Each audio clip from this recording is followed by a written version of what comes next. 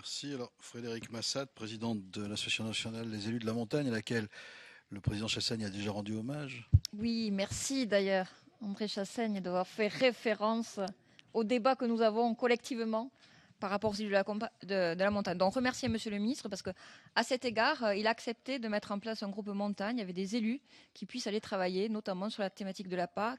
C'est une demande que nous lui avons faite il y a un an. Dans les semaines qui ont suivi, elle a été mise en œuvre.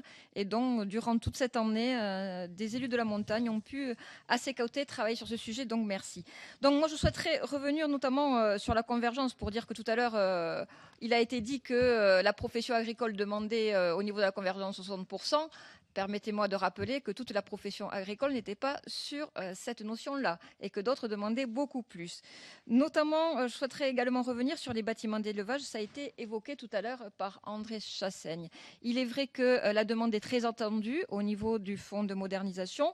Pouvez-vous, à ce jour, nous donner les éléments de critères qui seront décidés ou retenus? Car aujourd'hui, notamment par rapport à l'élevage de montagne, ce qui a été soulevé par les éleveurs de montagne, c'est que naturellement, quand il s'agit de faire des bâtiments d'élevage ou de moderniser en zone de montagne, cela coûte beaucoup, beaucoup plus cher qu'ailleurs. Donc, est-ce qu'il y aura des différenciations en fonction des territoires, le cas échéant, ou en fonction des difficultés? Et puis, il est vrai, dans la mesure où appel à cofinancer bien souvent le département et surtout les régions, à ce titre-là, les territoires de montagne, notamment leurs élus, souhaitent vraiment que cette politique reste dans le giron national et ne soit pas laissée au niveau des régions totalement, qu'il puisse y avoir la péréquation nationale.